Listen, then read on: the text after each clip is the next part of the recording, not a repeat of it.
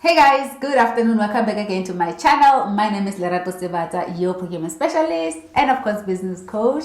Guys, in today's video, I want us to talk about Public Procurement Act that was of course signed into law a few weeks ago by the South African President Cyril Ramaphosa. Some of you who are following the news would know about this change. It is a big thing in South Africa, especially public procurement services and entities, and of course for the practitioners as well, or anyone else that has an interest in doing business with the public sector. So what I want to talk about today is what does this mean, Lerato?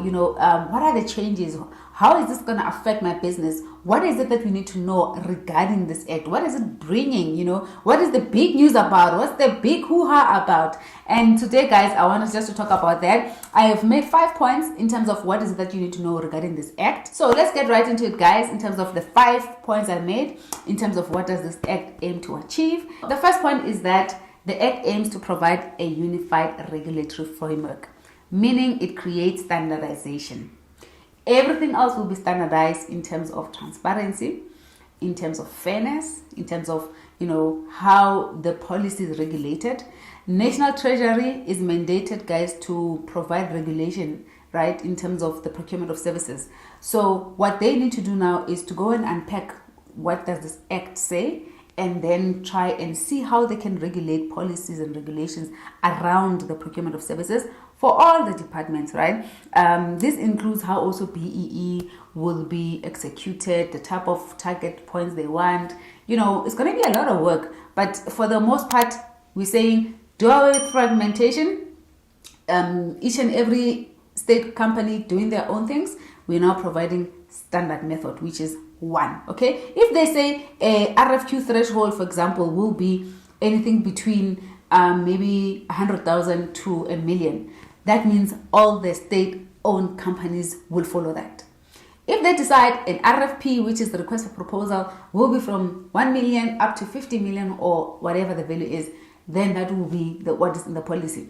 Then they'll speak about things like deviations. How do we handle deviations? How do we handle exemption? Each and every procurement service or product always is different. You find original equipment manufacturers. Sometimes you find sole providers, meaning you can only get this item from that particular supplier. So how are those things going to be managed? This will be done by National Treasury, unpacking all of that and then putting it into a policy or a regulation for that matter, or in terms of how this will be done, right? So we're going to reduce a lot of red tape, which is good news. Well, that's the intention at least. Number 2, guys, the act aims to enhance transparency and accountability. So what does this mean? This is good news. People who are submitting bids and then they get the rejection letter. Then you ask the buyer, why was I rejected? Where did I go wrong? Trust me, no one comes back to you. Tell me who has ever come back to you and said, you have done wrong here, you didn't miss the here, or you missed the points here, but the act is saying now we need that information. Sister, Mr. Buyer, we need you to disclose where did the supply go wrong. And if there is any public, of course, or media interest, when there's a scrutiny of a particular tender bid, they need to ensure that they have information to share with regards to evaluation criteria, whoever the contract is awarded to, the details of the contract, the amounts of the contract, the process followed. Hey, because this is where a lot of shenanigans is going, guys. The fact that you can complain and say, why did I not make it? And no one comes back to you. So what the act is saying now, we need that transparency. So every state organ and municipality or government department that are running these procurement processes will be required to provide this. Isn't this good news? I actually think this is one of the best introductions. The problem, in my opinion, it will open up, kind of worms, because now there'll be cases after case after cases. But on the positive side, this will encourage the practitioners and the buyers themselves to know whatever I'm capturing here, tomorrow, if it's going to be required, my name will be there. I need to provide that information. So, clear accountability lines are just there, guys. And they need to be defined so well. Sometimes you find people who would call, particular service providers and say, hey, I can see that you're number one. But bribe, you know those ones. So let me give you information. And at that time, these people are just observers. They know nothing. So now when you come and complain and the tribunal comes to act on your behalf and hear your story, they need to provide you this detail. So I actually think this is good news. Yeah, pretty much. Third one, there is introduction of the Public Procurement Office. So they are going to be acting as an oversight office to ensure that compliance is followed, processes are followed, policies are followed. So the practitioners themselves, or these departments, now because they have been handling their own policies and they have their own compliance officers, they are saying, scrap that. Okay, we're going to be having an office that is like an overarching head office that looks after the implementation of this regulation and these policies for each and every department. So the big job that they have is to ensure there is also, clear guidance and supervision in implementing these policies, of course, and ensuring that they enforce the rules. You must follow the rules, address any form of irregularity. So there is no way, these departments can just run away from, following these policies and ensuring that you really adhere. And if you don't, then they hold you accountable. And you can actually be charged, as a procurement buyer for that matter, if you do not follow the policy. How cool is that? And the only tricky thing about this office is that it reports to National Treasury. It's like you marking your own paper.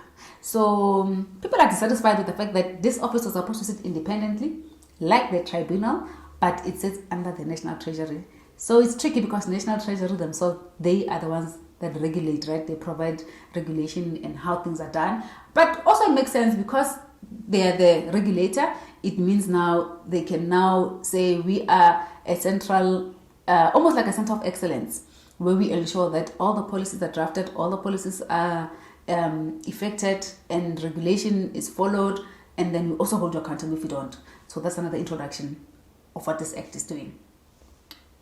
Now, number 4, what the act is trying to achieve, which is one of my favorite, it is the establishment of the tribunal. Ha!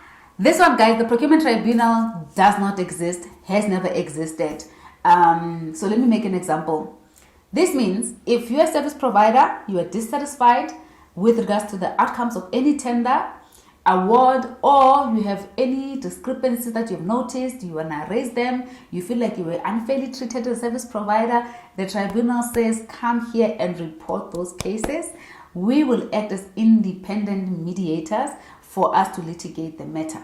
So, for small companies or small businesses, basically most of us don't afford, to follow through a case up to high court, because that means now you need to hire lawyers and time. It's a lengthy process, and a lot of times people just end up losing and giving up on such cases.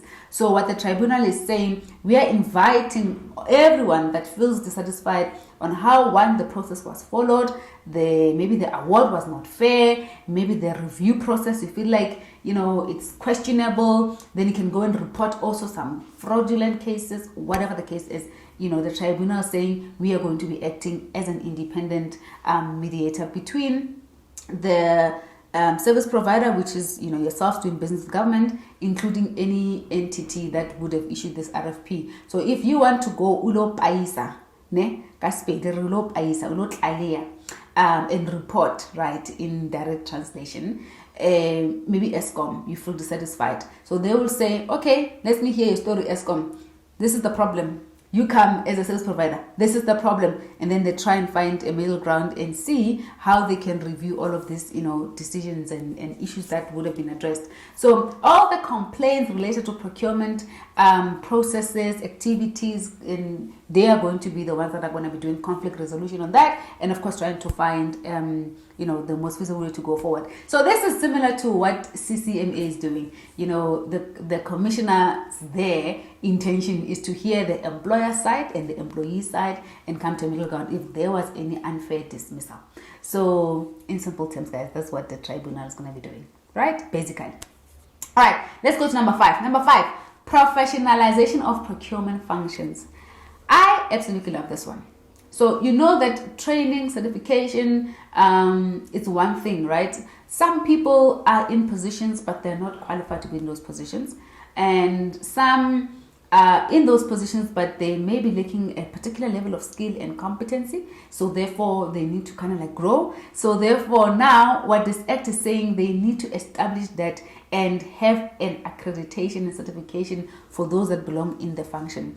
And what this means is that they need to instill almost like a higher education and hiring highly qualified professionals who know what they're doing. So now the professionalization of the function will also speak a lot with ethics. A lot of procurement professionals and practitioners, some of them, let me qualify, some of them, ethics is a problem. That's why we have issue of corruption. It is such a huge thing, right? And high stakes goes under commission, especially in South Africa. So now what this professionalization is to set a higher professional standard, and in that one, you as a professional yourself working in those particular departments will be required to act in an ethical manner.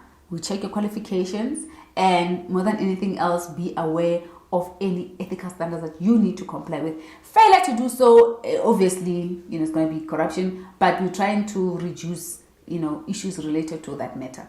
One could argue and say, well, people do not know, we're not socializing enough ethics and morals and fraud and whatnot. So now what this professionalization is to say, we want to promote the officials that are working in the department to elevate and level up in terms of their studies. So, of course, the point is to try and enhance, skill, and in that you'll be doing the right thing, right? Great. Now, last thing I just want to mention on this point is the use of technology. So what the Act is introducing is the use of technology, in that manual procurement processes will be done with. Okay, so I'm excited about this one because private sector is ahead of this. There's a lot of e-sourcing platforms, e-tendering platforms, and supplier, platforms that one can log in and submit their invoice, and it gets paid within 7 days, 14 days, whatever the case is. But now what this technology is saying is procurement systems need to be introduced within the government department. So because there are some of the departments that are known to be, the corruption is probably higher because suppliers complain that now I submitted my bid on this day, but then apparently it was not received, or you attended a briefing session and then someone says to you, well, I don't see your signature, or people's tenders are omitted from submission. There's so many drama, so many stories, guys. Some departments are even paper-based and so manual, like your AMCOs, your defense, departments and all of that. Some of them, guys, they're still backwards, like, 20 years backwards, 15 years backwards. So what this act is saying, each and every department now needs to think about the procurement system. So if you are smart enough, you will start working on these e-procurement systems, because next year, trust and believe, tender opportunities are going to be going. Because this department, they really need to level up in terms of automation. Manual systems will be done away with, and you and I, if you're submitting tenders through the government, we're now going to be required to obviously use e-procurement, in that we'll submit bids online, and maybe there will be e-auctions. I don't know. All these platforms exist, guys. So it's a global thing. They have been there for some time. Like I said, private sector is one of the leading in terms of these type of e-procurement platforms. So maybe like stuff related to e-invoicing will also be introduced, but that's what the Act is saying, to kind of reduce and minimize, again, the issue of transparency and accountability, and of course aims to enhance accuracy as well. That's about data accuracy. It's a problem. So I think the introduction of technology is to include that. And I haven't even touched what the Act talks about in terms of BEE. There's good news related to that, because they're introducing as well the set-aside tenders. They were done away with before, because set-aside, some people felt like you are allocating 20 million to particular designated groups, blacks, females, and people with disability or whatever, veterans. But now others feel like it's unfair, and then some would say, well, you are allocating so much set aside, but those guys are not even experienced enough, But again, with the aim and an interest to grow the country and to empower black people, they brought back the set aside tenders, which I'm gonna probably unpack in another video. I just needed you guys to know, just in general, what the Act is introducing. and why is it such a big deal?